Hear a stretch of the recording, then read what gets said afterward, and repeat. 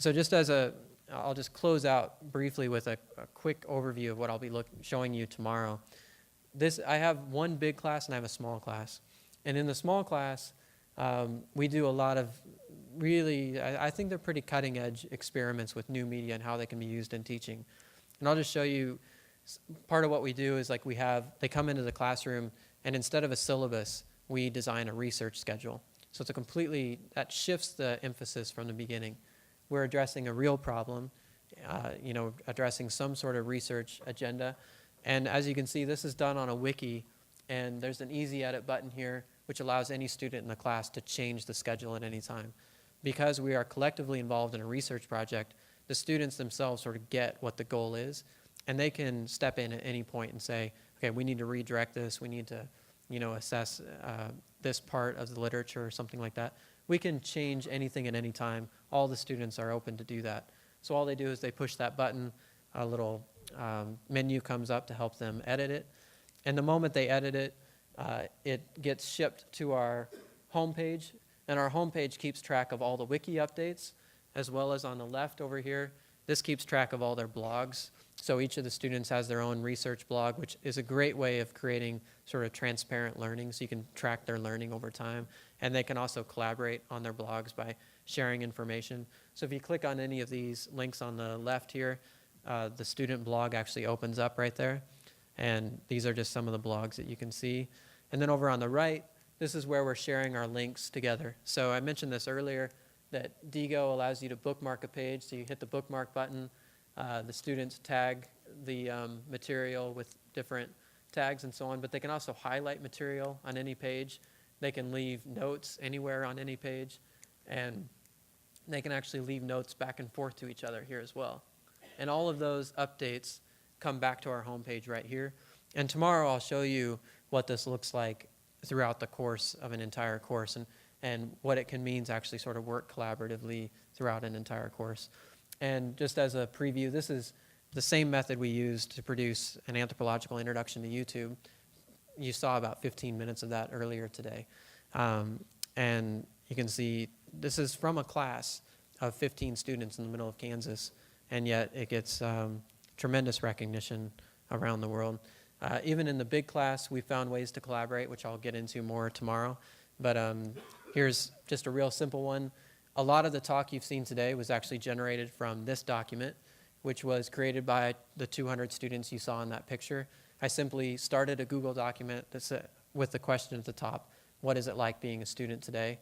Had about 400 edits to that from all these different students. Eventually that emerged over the course of a week. It turned into a really interesting dialogue. It looked like a script. So we turned it into a script, and it became the script for this video that many of you may have seen. Over 3 million people have seen that. And then as part of like this Beyond Walls idea, it was transcribed into, it was translated into Spanish, Italian, Greek, French, and Arabic within a month after it being released. So again, it's like this idea that you can tap into this global network and really sort of expand your classroom beyond the walls of the classroom itself. This has been incredibly powerful for us in my classroom. And I think most importantly is what we're trying to do is shift from this question, which my students were constantly asking my first year of teaching, which is, what do we need to know for this test?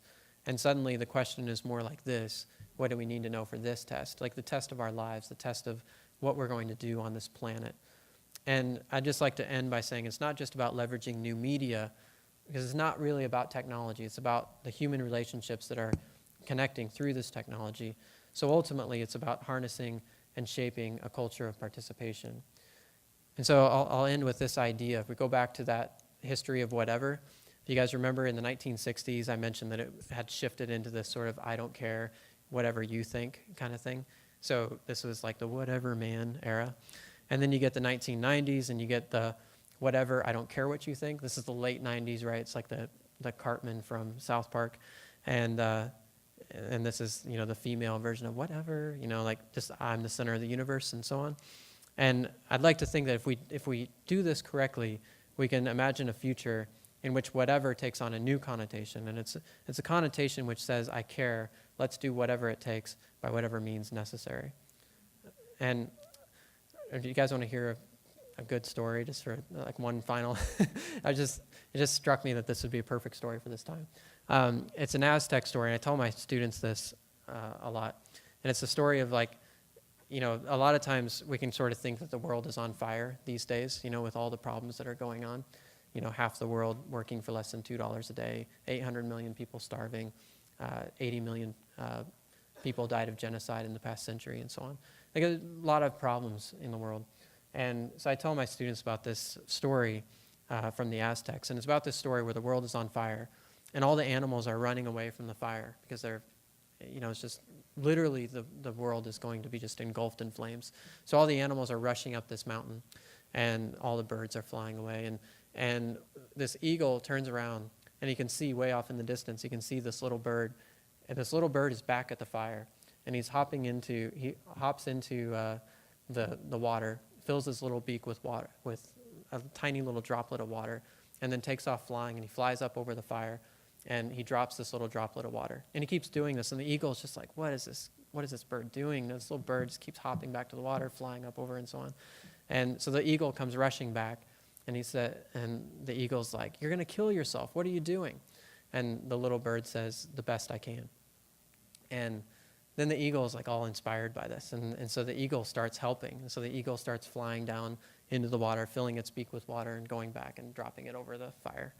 And pretty soon all the other animals start turning around sort of one by one, and they see what's going on. And they start to come sort of one by one. And pretty soon all the animals are rushing down the hill, rushing down the mountain. And all the land animals like have their little piece to play.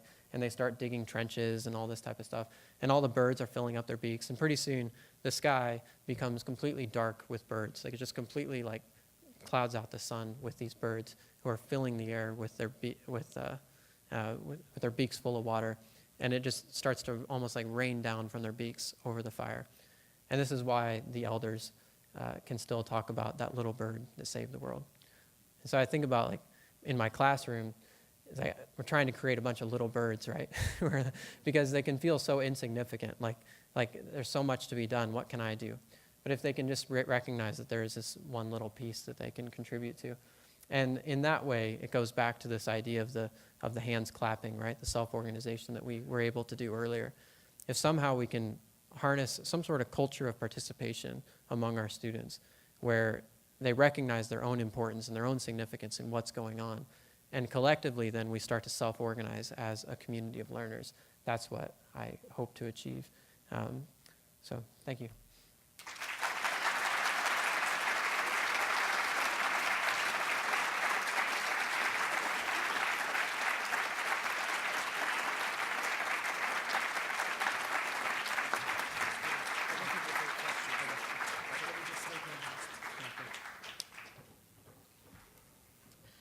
Michael, thank you very much. Whatever I thought about new media, I think much more expansively about it now. I do recommend that if you're interested at all, to please come tomorrow morning at 9 in this room to hear Michael talk about his teaching. If you're thinking that, well, I don't teach new media, I don't teach anthropology, then you're missing what you can get tomorrow, which is really an amazing demonstration of the way that he was able to turn his teaching, large class and small class, into a culture of participation. So it's really amazing, and I recommend that you come tomorrow morning at 9 to hear that, and then there will be another informal session with Michael after that that you can come back for.